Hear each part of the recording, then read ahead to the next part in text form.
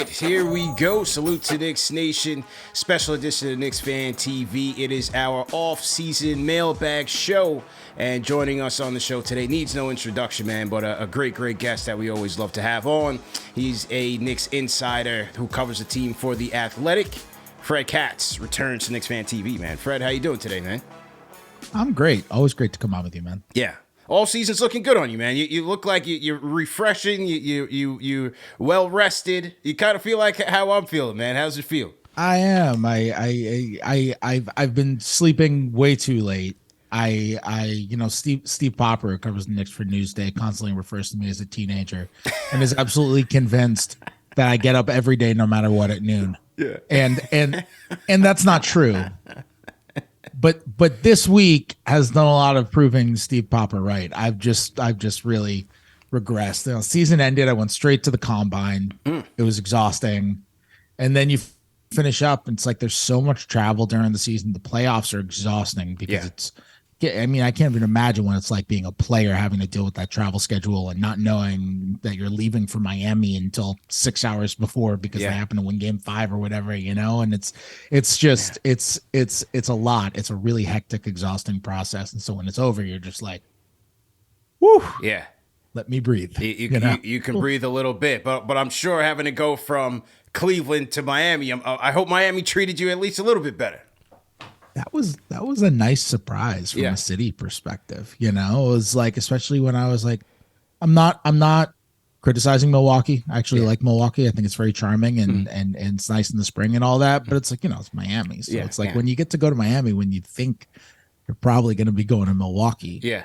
Nice surprise. Yeah. Pleasant surprise indeed, man. But speaking of Miami, we've been putting a bow on this season. From your perspective, you were in the building for all these games. What were some of your key takeaways from this loss to the Heat, man?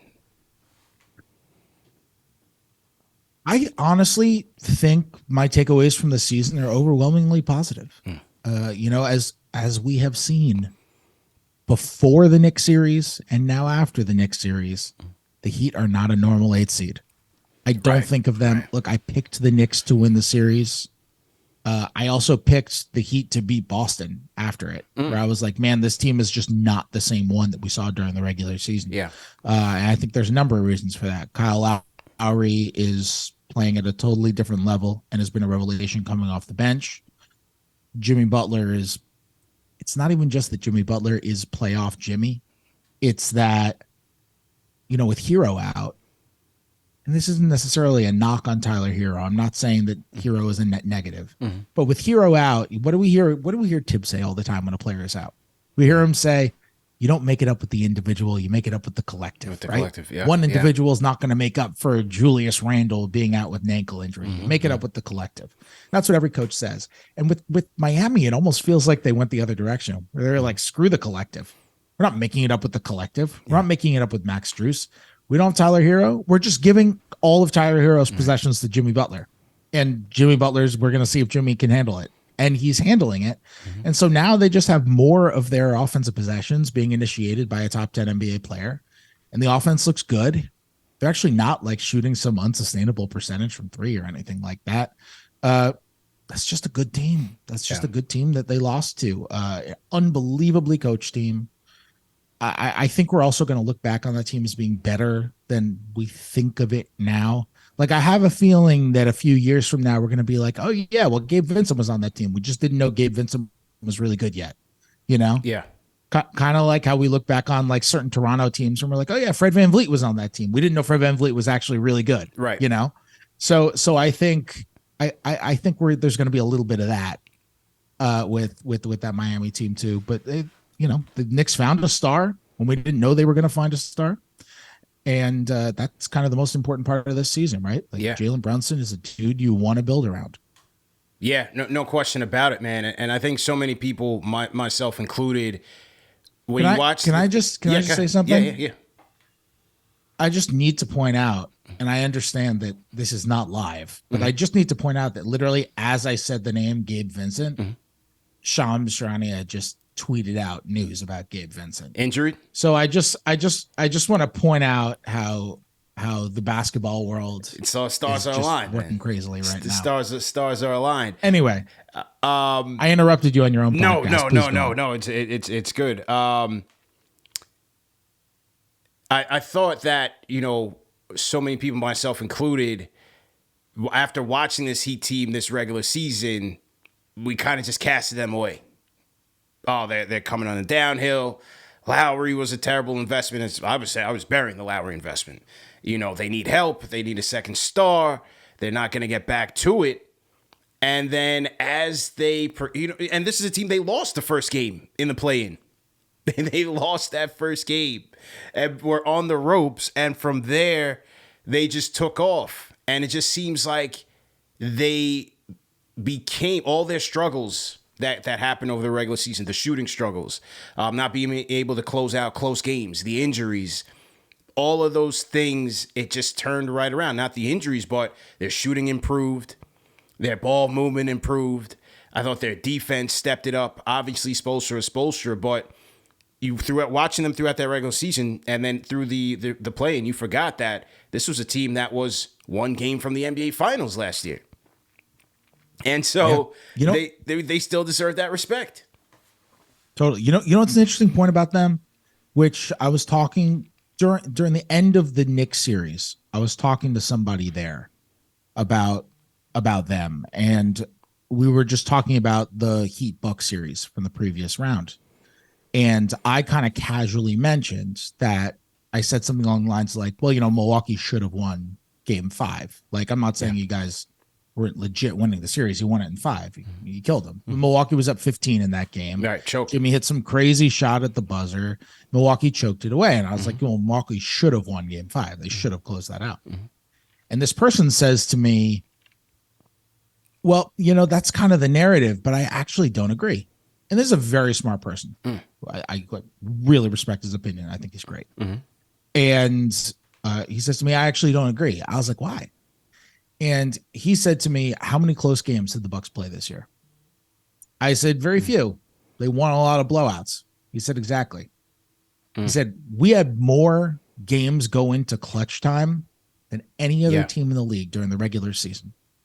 So when all of these teams like Boston, who they're playing now, and Boston and Milwaukee go into these tight games in the tightest of situations because now they're in the playoffs, they get some playoff jitters. And they get like, we are in a position that we are not comfortable being in. And for Miami, it's just because they played more close games than any other team in the NBA during the regular season.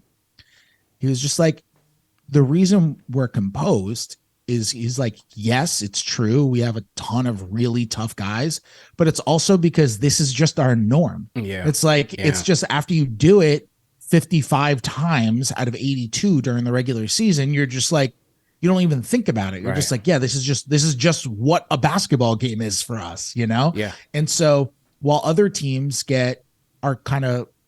don't have that closing time mentality the same way that we do, and that you add in the playoff jitters, he makes the point of like, this is a team that knows how to close games because we've just done it a million times before, or we have more practice in it. I thought that was a really interesting point because I mentioned to him, I was like, that's like the argument against, I think it was a Daryl Morey quote. I think Daryl Morey said, great teams don't win close games. It's like great teams don't play close games. And this is kind of the other side of that, right? Where, I mean, it's kind of an unwinnable debate, which side you take. But I thought it was a really interesting point. And I imagine there is truth to it because look at what they're doing. I thought that was really interesting as well. Interesting indeed, man. And you mentioned the star that was on display in Jalen Brunson. And I don't, like a lot of the fans when they're watching this Heat and Celtics series, they're trying to pull silver linings. Well, the Knicks would have fared better than the Celtics, or the Knicks should have been in the Eastern Conference Finals. I don't really look at it that way. I just thought Miami was better, and it showed. But one thing I think you can't take away is when you watch how the Heat had various stars flustered on this run, whether it's Tatum and Brown, or whether it's Giannis and the Bucks, to see Brunson operating against that defense, who they speed you up. They got 2-3 guys on you as soon as your feet touch the paint. They're scrambling all over the place, extremely aggressive. The lack of spacing for the Knicks confounded the issue. To see him operate and still be able to get his shots off and still be able to just play his A game against that team, that's star power, man. No question about it. No question about it. I was going to say the exact same thing. It's like undebatable. It's no one could possibly disagree with that at this point. My biggest question about Jalen Brunson coming into the year, I know a lot of people said they thought he was overpaid on that contract. I think that was probably the majority opinion. I had written a number of times that I thought he was fairly paid. If you look at where that contract ranked and you looked at where he ranked at the time amongst the best point guards in the league, it was pretty fair to me. He was kind of in the same average annual salary range, a little above Malcolm Brogdon. I was like, okay, sure. That makes perfect sense. It's totally fine for Jalen Brunson. And the decelerating contract, too, is helpful, too, where he makes a little bit less every year instead of increasing. My concern about the Brunson signing was, okay, he really thrived inside a Dallas offense in which, people talk about him being a secondary option next to Luka Doncic, but it wasn't just that. He thrived inside of a Dallas offense that almost always had 3 shooters around him. Sometimes they had 4 3-point shooters around him if like Kleber's playing the 5. Right. And he is a guy who doesn't just like to operate in the middle. He also takes a lot of time in the middle. Like we've seen it now, right? He gets there and he makes his little slow moves and and he pivots 17 times and exactly. And then he jabs and it's like, it's like if Carmelo Anthony and a dreidel had a baby, like he's just spinning and jab stepping. And it's like he's there forever. Yeah. And so in order to have time, you need space. And he had that in Dallas for sure with a well-schemed offense as well. And in New York, I was like, guys are going to help off RJ. Guys are going to help off Julius. Obviously, you're going to have Mitch down low because they like to park him in the paint because of his offensive rebounding. That's how they weaponize it. And, you didn't know what you were going to get from the two at the time. Now, at least you're probably going to get spacing there because it's going to be Grimes or Quickley or something. But if it's Hart, obviously, then it's even more. And I was concerned that his efficiency had the potential to dive without that spacing. And I think the greatest thing that we confirmed, and I'm sure there were people who believed it before we actually saw it, but the greatest thing that we can confirm now because we've seen it is that Jalen Brunson is system independent. And that's what makes him a star. Well it's said. That he's system independent. Yeah. It's that you can place him into any kind of offense now, and he's still going to get his. Yeah. And we saw that times a million in the Miami series when Miami is helping off of anyone who is next to Brunson and just swarming him in the paint. And not only is he getting off his shots, like props to getting off your shots, but they're going in like every time. And he's going for like 40. Yeah. He was a marvel. He was unbelievable in that, especially at the end of that series. Yeah. Once they went down 3-1, he was extraordinary. And I think he has really cemented himself as like, that's a star. When you can put up star numbers, no matter your surroundings and no matter who you're going against, that's what a star is. Yeah. And the Knicks have that. It's absolutely huge. You need them. Yeah. There's nothing more important than having stars. Yeah, no question about it, man. Well said. And now comes the hard part, because as much as he was a grand slam for the Rose regime, and this team came 2 wins away from the Eastern Conference Finals, now the hard part becomes, how do they not only get back to that point, but how do they get to the promised land with him here? But, starting internally, when you look at this lineup, the Julius, RJ, Mitch, you had an article that came out, I think it was last week with The Athletic, that spoke on the fact that, yes, the Knicks do need improvements in shooting. They do need additional pieces, but there's still some clunkiness in that starting five that I think still inhibits Brunson. I think it also hurts Julius Randle. And they've got to figure that part out first, man. They've got to figure that out because I don't think it'll improve from a Randle standpoint with him holding on to the ball so much and Mitch being there, RJ being there. That offense, it's clunky, man. I agree, and it's crazy that we're talking about it that way after they just finished third in points per possession, or tied for third in points per possession during the regular season. I think it's important to make a distinction between regular season and postseason basketball, which I think everyone in the basketball world accepts as two different beasts, right? Yeah. Like, we're not talking about regular season when we say, at least I'm not talking about regular season when I say this kind of stuff. No. Like, they have proven they can be a good offense during the regular season. Like, I think we're going to look back on this offense in like 10 years and be like, what the hell? This Knicks, remember when the Knicks were third in offense? Yeah. Remember when the Knicks had like one of the greatest offensive efficiencies in the history of the NBA? Yeah. We're going to look back on it like that, I think. But they've proven they can be a good offense based only on attacking the rim, getting to the line, Jalen Brunson doing Jalen Brunson stuff, good shot selection, a lot of threes, and getting a whole bunch of offensive rebounds from Mitchell Robinson, from Josh Hart, and from Isaiah Hartenstein. And they have proven that is a formula that will work well during the regular season. Problem is, when you have a great coach who is able to scheme for it from 4 to 7 games and you don't have the spacing, things become difficult. And we saw that in the playoffs when the offense fell off, even against Cleveland. Yeah. The offense was inconsistent, right? Yeah. And to me, the playoffs is when you're going to play your most important players. Like, Randall's going to play more. RJ's going to play more. If RJ's playing less in the playoffs, then you have an RJ problem, because that's your dude. That's the guy you just extended, you know? Yeah. So if Mitchell Robinson's playing less in the playoffs, you have a Mitchell Robinson problem because that's your starting center. So in your most important moments, even if you go out and you get an awesome 3-and-D bench guy, or maybe even a 3-and-D guy who's going to start over Grimes, now Grimes moves to the bench, and you get a absolute knockdown stretch 4, and let's say like Obi's out and he replaces Obi, and you get a knockdown stretch 4, and overall your team 3-point percentage goes up because of that, because you are playing more shooters. You know, you're still in a position where in your most important moments, you're going to have RJ, Julius, and Mitch on the floor together. And while it's not like RJ can't hit a 3 and Julius can't hit a 3, shooting and spacing are not the same thing. They're related, but they are not the same thing. And I see people conflate it all the time. What the Knicks really need is actually more spacing, not necessarily more shooting. They could shoot the same percentage, but get better spacing. And spacing is just, will defenses guard you?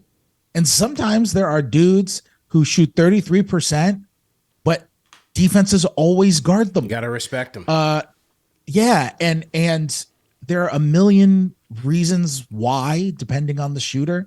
Sometimes if it's just like, if it's a great player, you don't want to get beat by a great player. Yeah. Like, I remember there's a stat called gravity, which is exactly what it sounds like. And I remember years ago, this might have been 10 years ago, Tom Haberstroh wrote about that stat when he was at ESPN. And it might have been a Second Spectrum stat at the time. I don't even know if it was Second Spectrum, because I don't think the league was using Second Spectrum back then. It was probably somebody else. But Haberstroh wrote about it. And do you know who, the season that he did it was probably 10 years ago. Do you know who led the league in gravity? Which is just basically when a guy is on the 3-point arc, how close 10 years ago? Them. 10 years ago? It was like 10 years ago. Ray Allen? See, that's a great guess. One of the greatest 3-point shooters of all time. Yeah. The answer is Dwayne Wade. Interesting. Couldn't hit a 3. Yeah. Never took threes. Couldn't hit threes. But he's Dwayne freaking Wade. So nobody wanted to leave him open. Dwayne Wade was an elite floor spacer, even though he couldn't hit threes. Yeah. And there are some guys who shoot 33%, but they're like European white dudes with great form. So everybody thinks that they're good shooters, Right. and just won't leave them open. And the thing with Julius is Julius can take 9.5 threes a game and shoot 34%, which is totally respectable. And there are times and certain teams that are going to guard him. But if Jalen Brunson is killing you, and if a team makes a decision, you know what, we're going to make sure that life is as uncomfortable for Jalen Brunson as possible, then they are going to help off of Julius, and they are going to help off of RJ. Those guys aren't going to space. And that's kind of the problem with the infrastructure right now, where you kind of have to choose, do we want to keep these guys together and deal with the spacing problems and figure out how to fix all the other problems, not problems, but how to improve in various other ways to make up for this one issue, because no team is flawless. Or do we want to fix this problem? Is this problem big enough to where we want to fix this problem, which would probably mean having to move on from at least one of those three guys, RJ, Julius, and Mitch. Yeah, it's so interesting, man, because as I always wondered after watching this offense in the regular season and them posting a top 5 offense in the league, but in the way that they did it, I had always wondered if it was translatable to the playoffs, because they don't move the ball well. They didn't finish it with a top 10 effective field goal percentage. They don't shoot the ball as efficient. A lot of it in the regular season was relying upon Jalen and Julius operating in isolation. They took care of the ball. They got their second chance opportunities when they were bricking away from downtown, which Mitch helps. But in the playoffs, when you're playing better teams and you're playing a better coach that can scheme those things away, some teams may out hustle you for those rebounds, or they may turn up their defense to force you into making bad decisions like Miami did. So then how do you recover? And so, I'm looking at it, from a Tibbs standpoint as well, from an X's and O's standpoint, and just thinking like, is this the right scheme for the personnel, or do they need better decision makers in this offense? Because they become too easy to defend, especially when you watch that Miami series and you see Miami, they're zipping the ball all the way around the perimeter from 0 down to 23, and they're getting a wide open, great look to complete that possession. And with the Knicks, it's my turn, your turn, my turn, your turn, dribble the air out of the ball.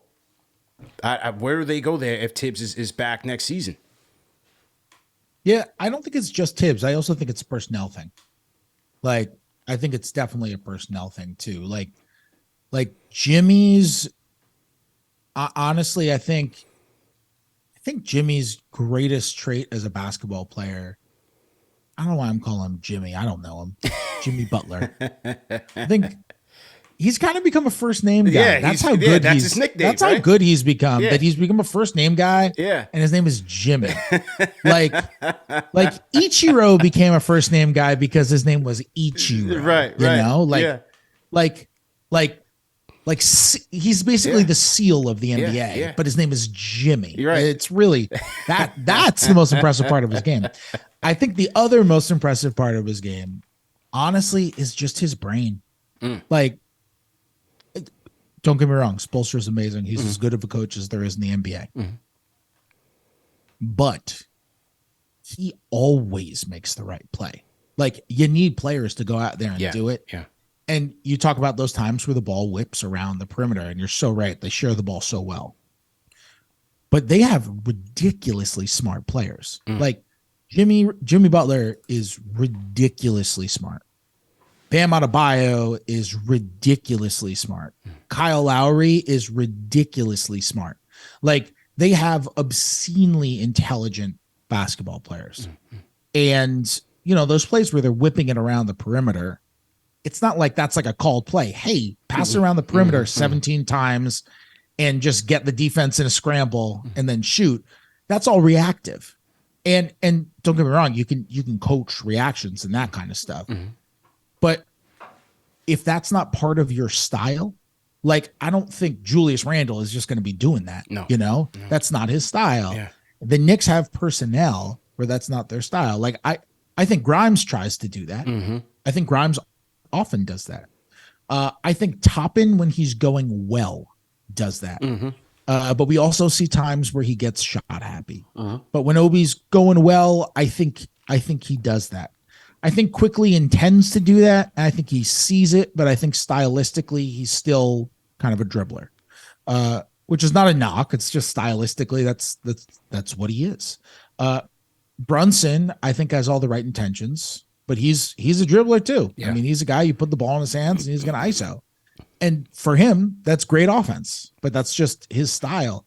So I think stylistically, they just have a different sort of feel than those guys. And then when you're double teaming Jimmy Butler every time, problem was Butler made the right play out of the double. I can't think of one time, literally cannot think of one time during the Heat series where the Knicks double Jimmy Butler and he didn't make the right play. Yeah. Like maybe the Heat didn't score on it. Out game. It's the fourth quarter, man. Just but I cannot think of literally one time where they doubled Butler and I was like, oh, Butler passed it out too early, or oh, Jimmy forced that, or whatever. Like I can't think of one. And it put the Knicks in rotation, and they were slow a lot of the time in rotation. And Miami just whipped it around until they got a shot. So I think part of it is personnel too. And then, I don't know how much of that is overcomable, because like you would really have to, Josh Hart would play that way. But like if you have Mitchell Robinson's not going to play that way. And RJ is not going to play that way. And so it's just like you have too many guys who just aren't going to play that way. Yeah. Unless, of course, I'm just totally wrong, and they could be coached into playing that way by a different kind of coach. But I don't think that's the case. Yeah. I don't believe that. I don't see it, because like even with Julius, Julius with Tibbs on his 3 years, you see flashes of it, man. Like you'll see flashes, and you look at Julius in Game 5, you'll see those flashes in his playmaking ability and his quick decision making, just not consistent enough. And I think that's where a lot of my frustration lies. But and once again, we're talking to Fred Katz of the Athletic Knicks Mailbag episode. What's crazy with Julius is there will be nights where he is making quick decisions. That's right. That's right. Where he is getting doubled and reading real quick and always making the right pass and making those awesome cross-court passes that he likes. And he has games where you're like, damn. And I have tried so hard to find, okay, what is the common denominator on these games? What is it? Is it just, it's not that he only does it against bad defenses. It is not, because he has done it against great defenses. It is not that he only does it against poorly coached teams.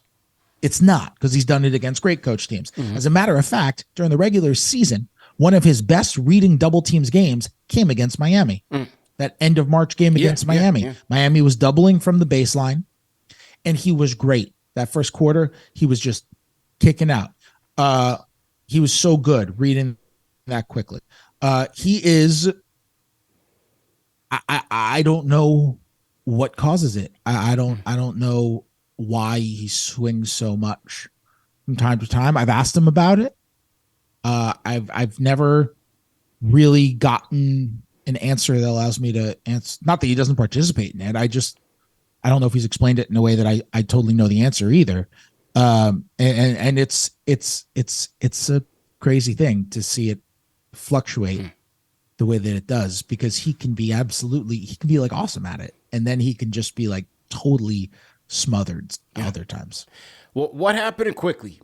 In this playoffs, I was watching Quickley. I was at that game in Cleveland. I went to Game 2 in Cleveland. All the home games, I was there up until he got injured. Just seemed like he was a step slower, a little indecisive. Wasn't able to create much separation on his drive. Seems like guys were beating him to his spots a lot of times. In your estimation, you being there, what did you think went wrong with Quickley in these playoffs? So he would never say this. So this is not coming from him. I think he probably got in his head. I think he had to have gotten in his own head. I think he had a few poor games to start off the playoffs, and then we kind of saw him stop playing like Immanuel Quickley. Part of Quickley, I said Jimmy Butler's best trait is his mind. Quickley's best trait is that like he just never turns off, right? He is everywhere. You can be, for example, my parents, neither of my parents know anything about basketball. And because I cover the Knicks now and the Knicks are good, they've turned on a couple games this year to watch. And I actually watched a game with my mom earlier this year. And a couple minutes into the game, probably, she's like, who is that guy? Or maybe it was a couple minutes after Quickley comes in. She's like, who is that guy? I'm like, that's Immanuel Quickley. She was like, he plays so hard. He goes after everything. And after my dad watched his first game this year, like late in the season, he says, Quigley is great. I'm like, it's Quickley, Dad. And it wasn't like one of those, it wasn't like, the Boston game where Quickley had 38. Like It was just a normal Quickley game. He's like, his energy is unbelievable. So my parents are not even casual fans, like people who know nothing about the sport are immediately able to recognize what Quickley's energy is like. Yeah. And man, they were placing that Miami series where one thing I thought the Knicks did really well against Cleveland, it did not do as well against Miami, is although there were times where they sought out Duncan Robinson and really hunted him and it worked, I didn't think they took advantage of mismatches in that series as well as they did in the Cleveland series. Mm-hmm.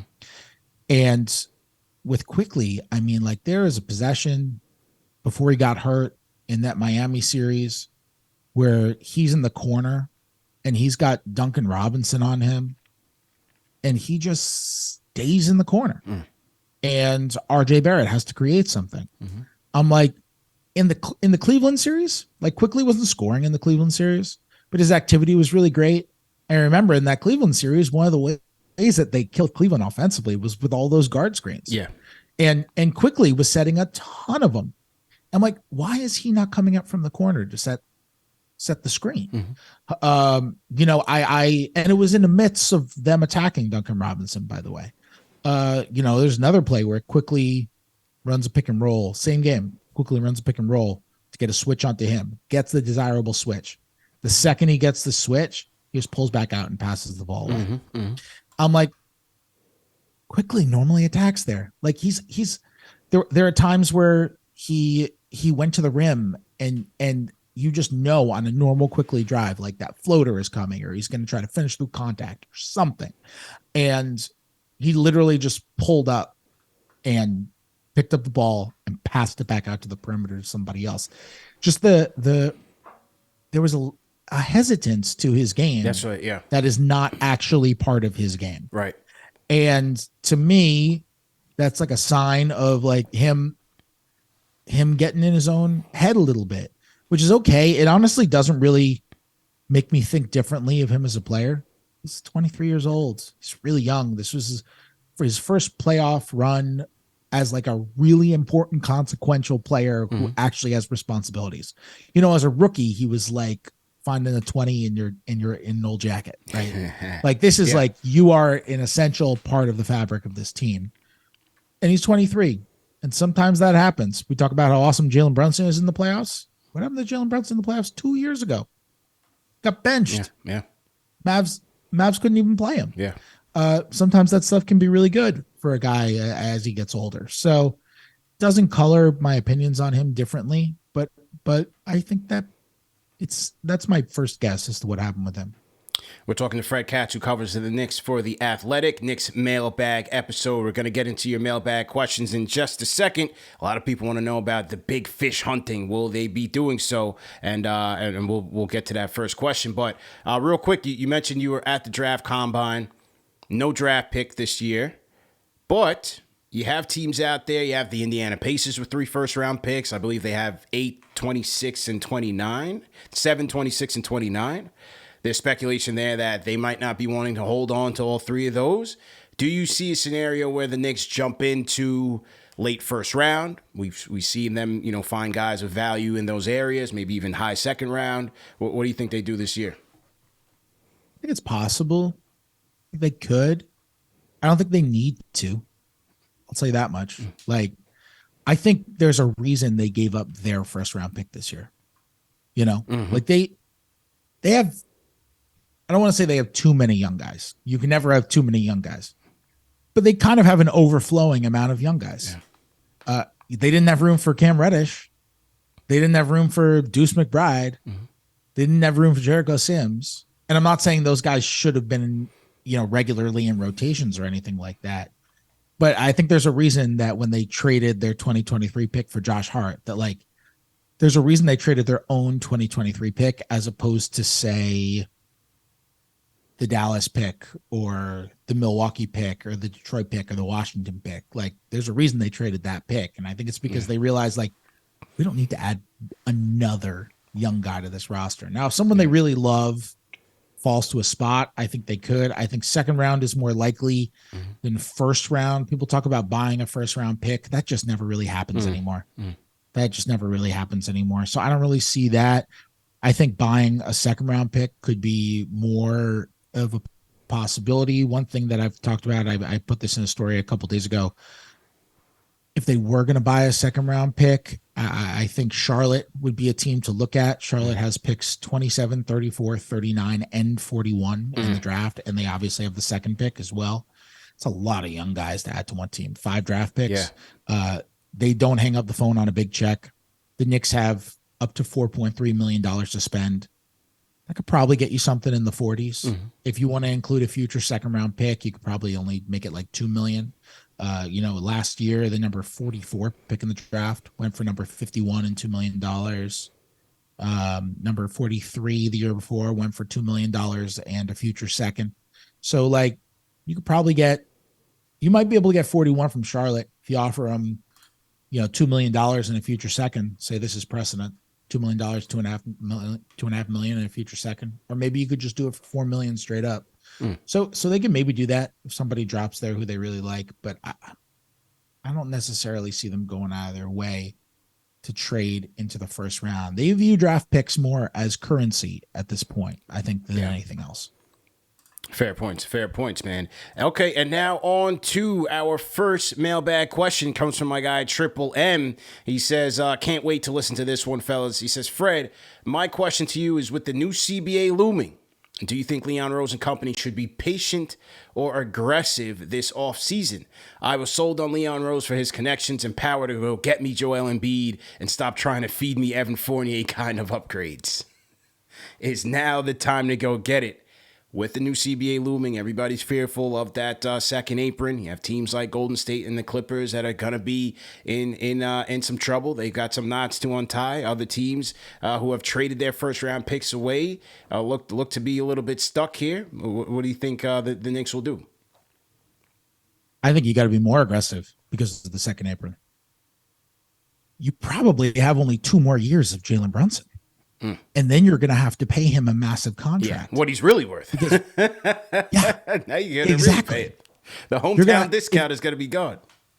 Exactly. If this is what Brunson is, and he does this for 2 more years, or, God forbid, gets better, which is on the table. Yeah. He's gotten better every year of his career, and he's still only 26. So if he gets better or stays what he is, which I imagine he will at least stay what he is, Jalen Brunson's getting the max in 2 years. So capitalize now when he's on a decelerating salary in the mid-20s. Yeah. You kind of have to be aggressive. Now, that doesn't mean go trade all 8 first-round picks that you can trade for a dude that doesn't make you a championship contender. But it does mean if some phenomenal player becomes available, don't say, well, it's not our time yet.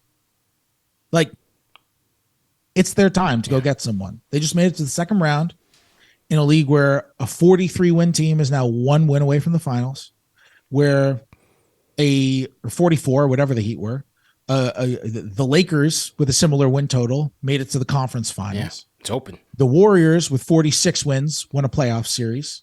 You look at all of these teams, you can break through. This is doable. And I don't think it's fool's gold. The Knicks are good. They're well coached. They have talent. They have an identity. They have a hardworking culture. They have a star. Go get your second. Like go do Yeah. it. I doesn't mean be irresponsible, but if you're talking about aggressive or patient, I actually don't think those things are mutually exclusive. Like yeah, you can be patient waiting for the right guy, but when the right guy is there, know who the right guy is or the right guys are. And when those guys come up, go for it. Yeah. Yeah, I agree. I think they have to if the opportunity presents itself. The new CBA, I think they're looking for more parity in the league. You saw some this year, and depending on how teams maneuver in this offseason, who knows who can shake loose. Now, the guys that could turn the tides for this franchise, is it an Embiid or is it Karl Anthony Towns that a lot of teams are putting Towns out there, man? What do you think about that? Well, we know why they're putting Towns out there. Yes. The whole league is talking about, I shouldn't say the whole league is talking about Towns to the Knicks, but it's just like you hear people all around the league be like, so Towns to the Knicks, that's the rumor. I mean, there's so many rumors that go around the league. To be clear, I'm not reporting like league sources say Karl Anthony Towns might go to the Knicks. What I'm reporting is that the NBA is like high school. It is unbelievable that how much it is like high school. You hear so much crap that's just like chatter around the league. And one of the things that is just Karl Anthony Towns to the Knicks, and we know why that's a thing. Yeah. It's because Karl Anthony Towns is with CAA. Yeah. And that is always the thing. Look, he has a complicated relationship with Tibbs. I think we all know that. That would be a very interesting element to this. Interesting. I mean, it depends on what you have to give up for Towns, I guess. People ask me, you think they should get Towns? I'm like, it depends on what you have to give up. I imagine you would have to give up a lot. Yeah. I imagine that if Minnesota is trading Towns, that they want a whole crap ton back. They want their draft picks back that they got fleeced for Rudy Gobert. Exactly. Start with the picks. That's not something that, probably not something that I would do. He's not going to help you defensively, and I would just have nightmares of playoff games that the team would lose over and over again because the fourth quarter was just the other team putting Brunson and Towns in pick and rolls. That's what I'm fearful of. I would worry about that a lot. Yeah. I just think when you talk about being aggressive is not being irresponsible. Being aggressive is waiting for the guy or the guys and saying, okay, here are the 6 guys worth going all in for. When you're playing poker, this hand is worth going all in for. I'm not going all in with a 2-7 offsuit, but I'm going all in because I got, pocket aces right now. Yeah. And you know who are the guys who are going all in for. And when those guys become available, because one of them will, because it's the NBA, someone always does, that's when you go for it. I just wouldn't put Towns on the list of like, gotta have him. Like, I think the worst case scenario, if you don't have Karl Anthony Towns, is like, okay, you miss out on Karl Anthony Towns. Like every team that's ever won a title has not had Karl Anthony Towns. They were fine. Yeah. So he's a very good player. I don't mean to demean him. I think he's a very worthy all-star.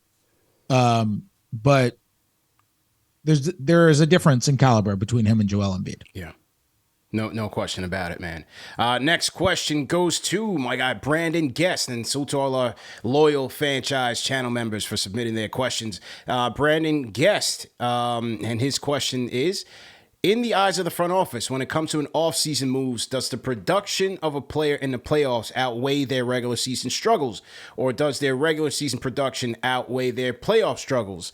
And what he means by this is there's a lot of questions in regards to, did RJ do enough, especially in this Heat series where he started to come on? Did he do enough to be considered a quote-unquote untouchable in the offseason? Did Quickley hurt his stock? Did he hurt his market value by having a lackluster postseason when it comes to his contract negotiations?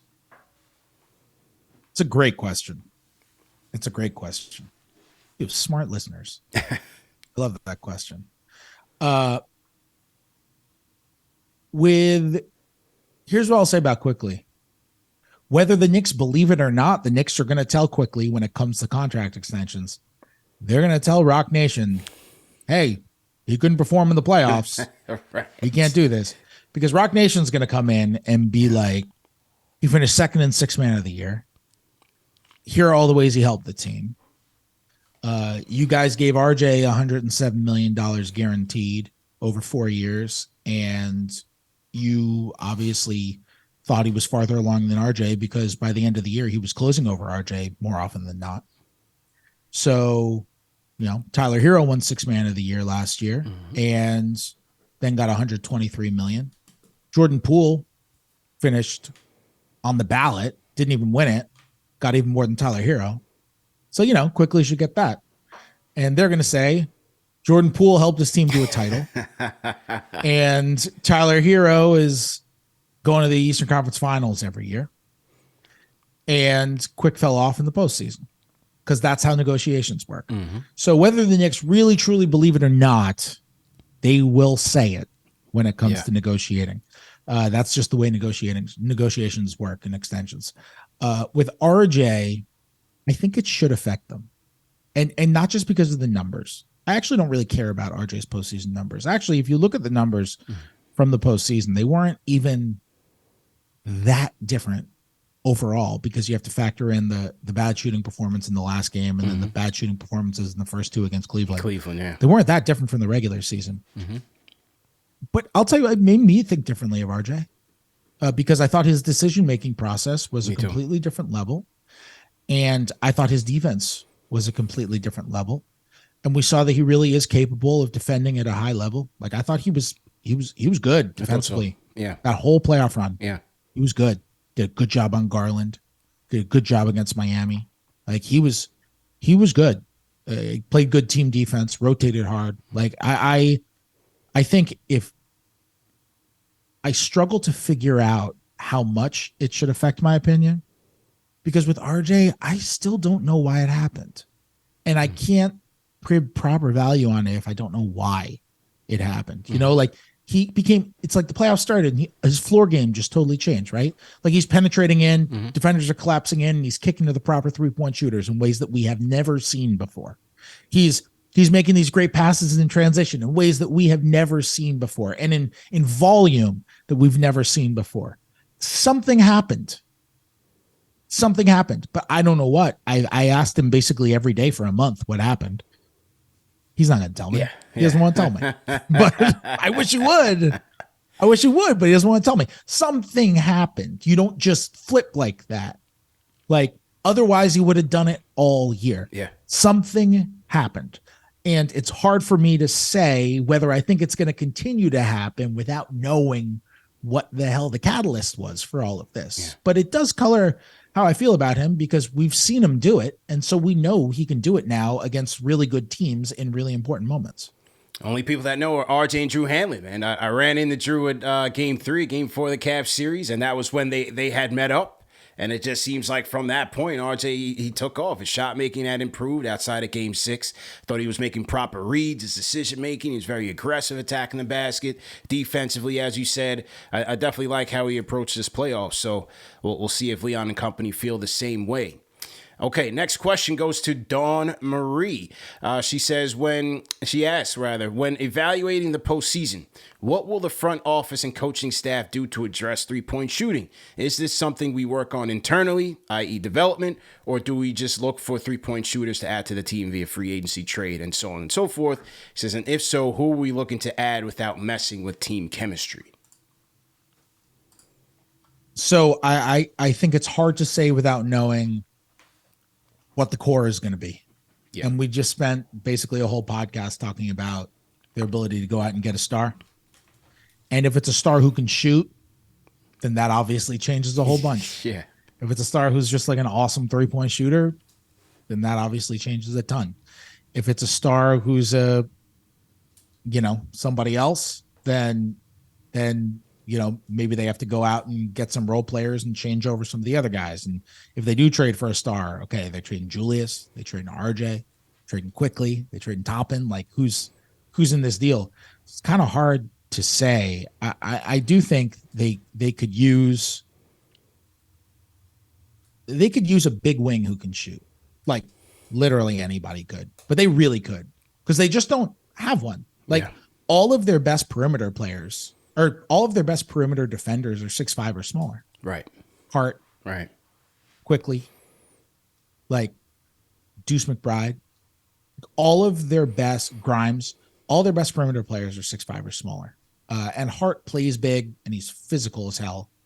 But it's just like he's not the ideal big wing defender. He's just not. So I think they could use something like that, but those guys are hard to find. Don't exist in many places. Hard to find, man. I was thinking of a guy like a Torrey Craig, 6'7", shot close to 40%, even though Phoenix would, they have nothing there depth-wise, so maybe they look to keep him. Does a Georges Niang become available? He's a free agent. Some of the smaller guards, Seth Curry, I talked about, a lot of people saying Strus might have just priced himself out of a lot of teams' markets with the way he's playing in the playoffs, but Strus is a guy, maybe Gabe Vincent. Who knows? I told Knicks fans Alec Burks. They think I'm crazy. The return of Alec Burks might not be such a bad idea, man. Shot 40% for Detroit. Alec Burks had a really good year. He had a great year. He had a great year.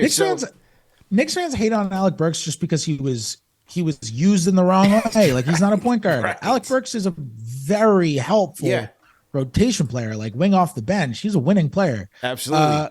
I like the Torrey Craig suggestion. He'd be good under Tibbs. He's really, really good off-ball defender too. Right. Where like in the Miami series, for example, they had Jalen Brunson chasing around shooters, and that was probably exhausting for him. Yeah. If you could have a guy like Torrey Craig chase around shooters, that could help. He's really good at that. Like he's so good at getting around pin downs and that kind of stuff. Next question goes to Ignacio Lobregat, a big-time franchise channel member supporter. It says, given his performance this postseason, should the team look for a backup point guard and slot IQ back to the 2 in the bench unit, or do you think this team will stick with having IQ be the one for that second unit with RJ Hart / Quentin Grimes, Obi, and I Hart? This is assuming the team mostly stays the same. Or does Deuce McBride start to earn a few more rotation minutes with the bench squad? A lot of people. I don't think you can go into the year with. No, go ahead. No, what I was saying, a lot of people looking for maybe additional ball handling. It was the overall theme from a lot of fans when they look at what this team needs coming off of the bench. Maybe something that allows IQ to go to the 2 playoff ball a little bit more. They were successful a couple years back when they had Rose and Burks in that role. What do you think there? Yeah, I mean, I think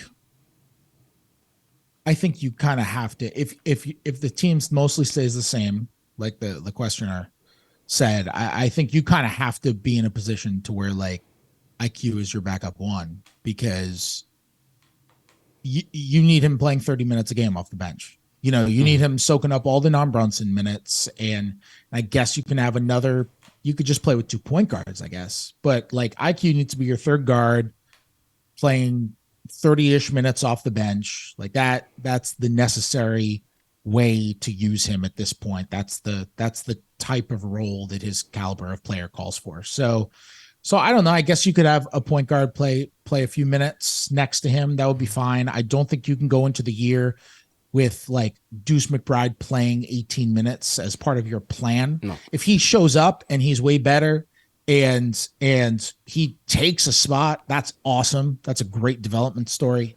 And he works his ass off.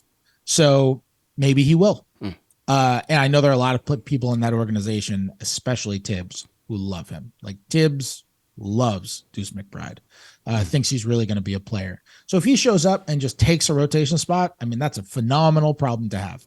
But I think you're okay with Quickley as just like your third guard playing 30 minutes, and then you find something else to help you there. Like ball handling in the second unit was not a problem, Yeah. Hart can handle and create. Like you're okay. They played RJ there with the second unit. He obviously can do stuff with the ball. Like Hartenstein is very capable with the ball. Like the ball handling in the first unit was kind of the issue, and more so because like Brunson was getting trapped, and then they were just making slow decisions off of the traps. Like it was kind of the opposite of the Jimmy Butler double teams that we were talking about earlier. So I think that's kind of more the problem. I mean, IQ can be a backup point guard. I think he's proven that like very well. Final question in the interest of time. Stephen W. says, what would a trade with Portland look like if they were interested in acquiring Randle? I know they would not trade the number 3 pick for Randle, so what would a realistic trade scenario look like with the Blazers? A lot of people, they want that number 3 pick for Randle. They want to get Jeremy Grant somehow, some way. They've been trying to push Julius to Portland for about 2-3 years now. Yeah, I don't know what it would be. Like, you'd have to sign and trade Jeremy Grant, but why would Portland do that? Right. Jeremy Grant had a great year. Is a better fit next to Damian Lillard than Julius Randle is. Right. Better defender, better shooter. I don't even know what the trade would be. I don't think Portland's a good fit for a trade for him. Yeah. I don't. I mean, salary wise, you're not going to get Simons. That's not who they're trading Simons for. Mm-hmm. If they're trading Simons, they're like packaging it with number 3 and bringing back like a bigger name than Julius Randle. Yeah. You're not getting Simons. The Knicks aren't going to want, like, looking at their big set. Like, the Knicks aren't going to want Nurkic. He's not as good as Mitchell Robinson, and he's on a big deal. And he's honestly maybe not even as good as Isaiah Hartenstein. He's on a big deal. Portland's not giving up Shaedon Sharpe in that deal. And then you just get kind of a bunch of role players. Like, I don't even know how you get to the salary. So, I mean, I guess maybe if we're saying Julius Randle got to Portland, how did he get to Portland? I guess maybe it's a Jeremy Grant sign and trade in which the Knicks include picks and Portland can spin off those picks to get more, or it's a 3-way deal and the Knicks send picks to the third team and Portland gets more than just Julius Randle, because Grant will probably sign for more than Randle makes. So they might be able to take more incoming salary. Maybe that's something. So they get Randle and they get, another player who can help them.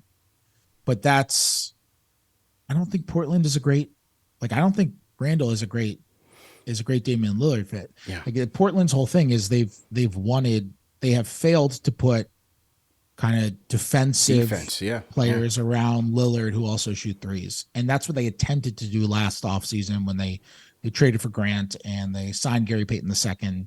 And that was their attempt last offseason, and it obviously didn't work.